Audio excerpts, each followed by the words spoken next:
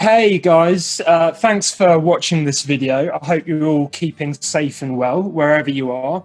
My name's Charlie Unwin. I'm a performance psychologist and I'm lucky enough to work with some amazing people, teams in the world of sports, business, military and a few others as well.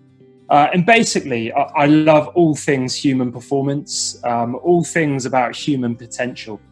Which is why I'm really delighted to be joined by Dylan Hartley for this conversation. This is going to be the first conversation that we're going to do as part of a series of 4. And we're going to be focusing today on staying positive and motivated during these times.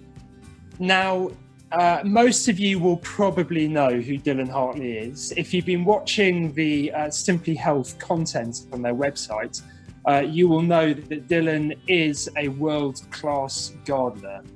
Now, I've got it on my notes here. He plays a bit of rugby as well. Former England rugby captain, no less. The most capped England hooker of all time as well. Dylan, I imagine for you, it's been mostly about the gardening though over the last few weeks.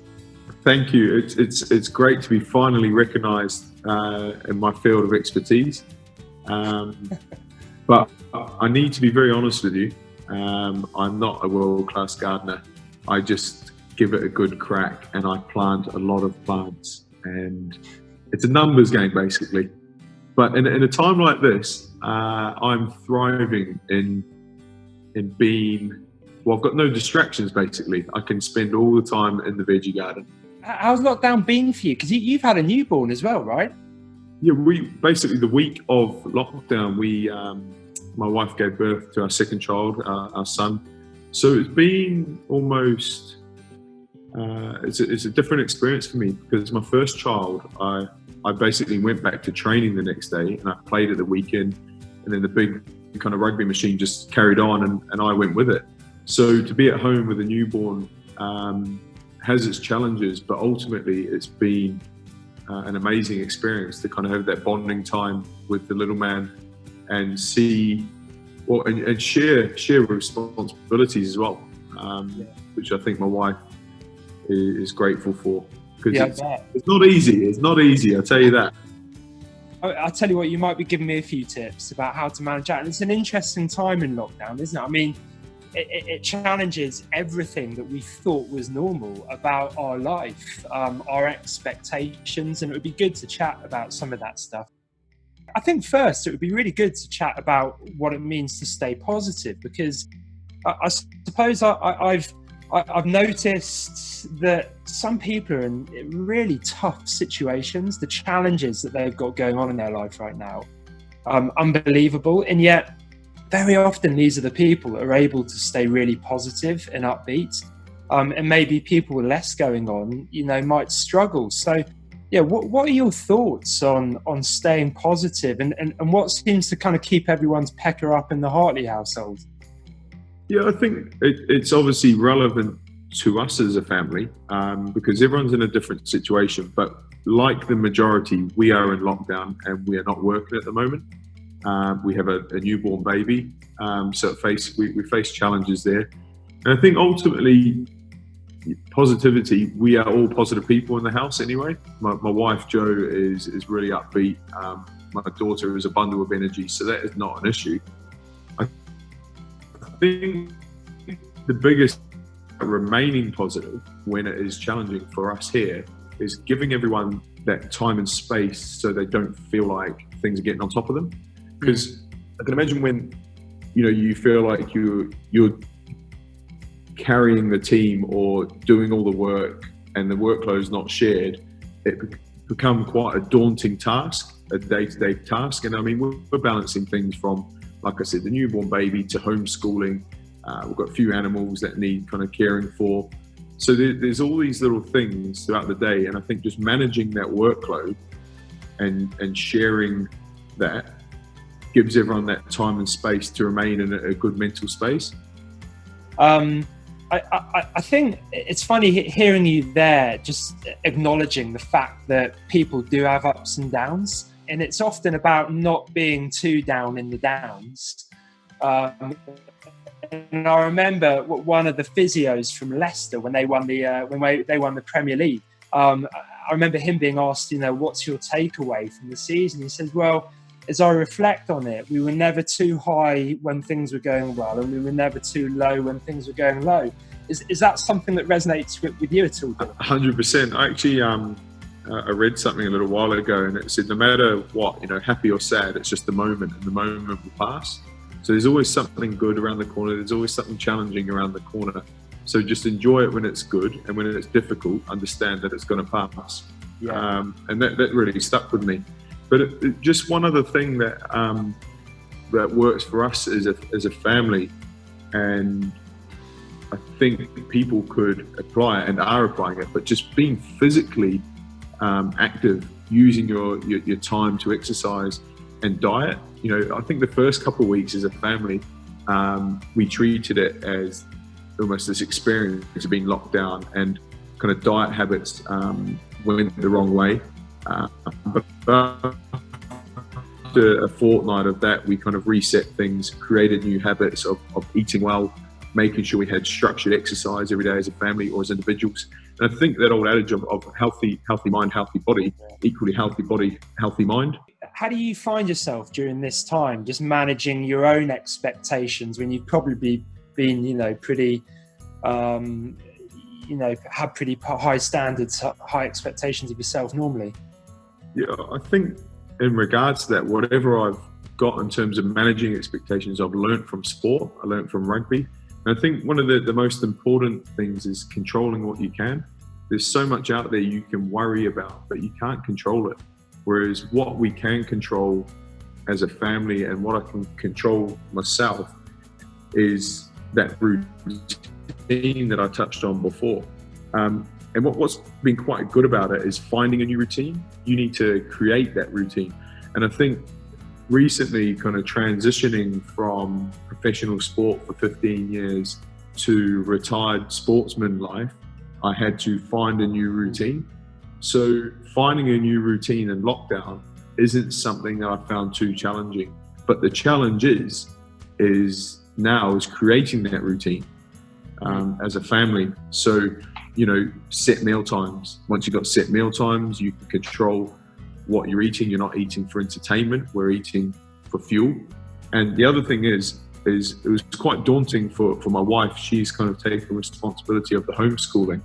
And when you look at the week's work, or even a day's work, oh man, your appreciation for teachers goes through the roof. They do some great work. But I think when you look at something, a challenge or a problem or an issue as a whole, it can be quite daunting. There's that expectation you've got to cover all that. But once you break it down into, how you're going to do it, let's apply an hour in the morning to this, and then we'll break and we'll have some play and some food. And then an hour in the afternoon, we're going to apply to that side of the learning. Once you structure things and have that routine, it's easy to start, rattling through it like a checklist. Tick that off, tick that off, tick that off. I just wanted to ask you, finally, Dylan, about motivation, because positivity, having a positive mental attitude and motivation kind of go hand in hand. And when we look at the neuroscience, the brain science of people who are very positive, it actually changed the function of their brain. Having that energy in the brain actually allows them to perform higher level functions. So it improves our decision making, our problem solving, stuff like that. So there is a real science to being positive.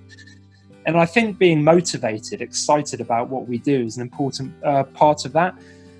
Thinking about you as a leader now, Dylan, how do you remember, or how do you respond to players, to staff who struggle to stay motivated, even though it's probably within their professional contract to be motivated individuals? Sometimes, we're just not feeling it. How do you deal with that?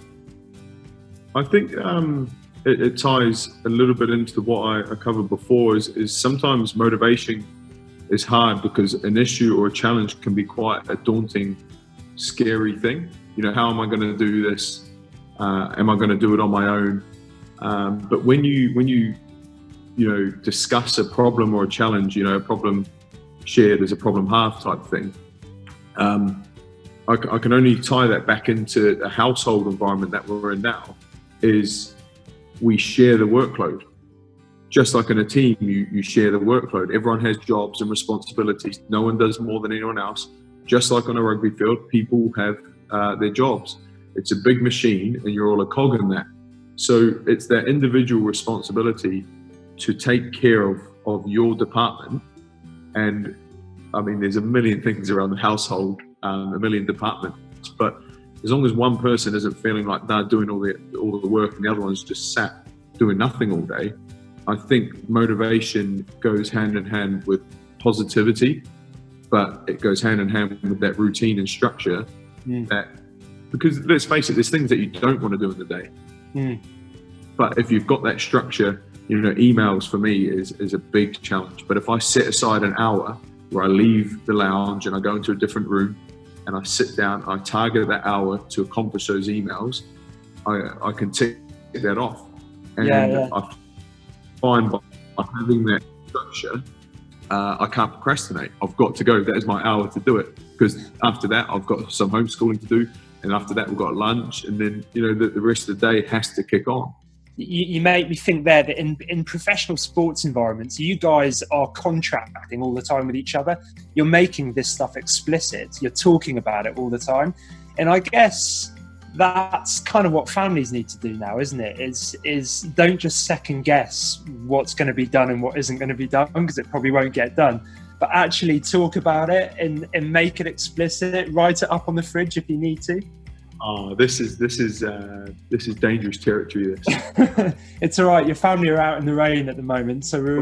No doubt she's probably going to watch this back. But I think anyone that's been in a high performance environment, performance conversations, instant feedback, are tolerated in a sporting world, or maybe in the hardest of business worlds, because you don't have time for the nice. The polite approach. You just need to be direct and to the point. Whereas at home, I don't think a performance conversation goes down too well. You need to think about how you communicate these things, and it works both ways. But I've been almost institutionalized into speaking a certain way, and sometimes. So you're telling me you don't have feedback sessions at the end of the day with your wife? No, not quite. I learned pretty quickly that performance conversations have to stay in the performance world, and you need to approach other conversations at home in a different manner. Nice. Well, hey, listen, I think there's bags of stuff in there, and hopefully everyone watching, you found it useful. You've taken a few things away from that. I think we'll be expanding on some of these things when we chat again, Dylan. I mean, it's great that we can kind of evolve these conversations over the next few weeks. And please do, get in contact if there's anything that you want to talk about. We'll keep you updated with what we'll be covering.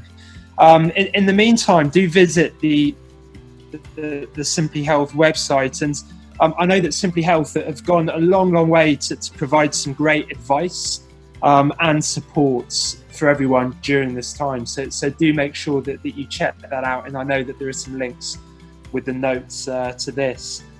Dylan, enjoy your gardening in the rain this afternoon. Thank you very much. Let me know what colour t-shirt we're wearing next time as well. Yeah, okay. All right. Yeah, we'll do that.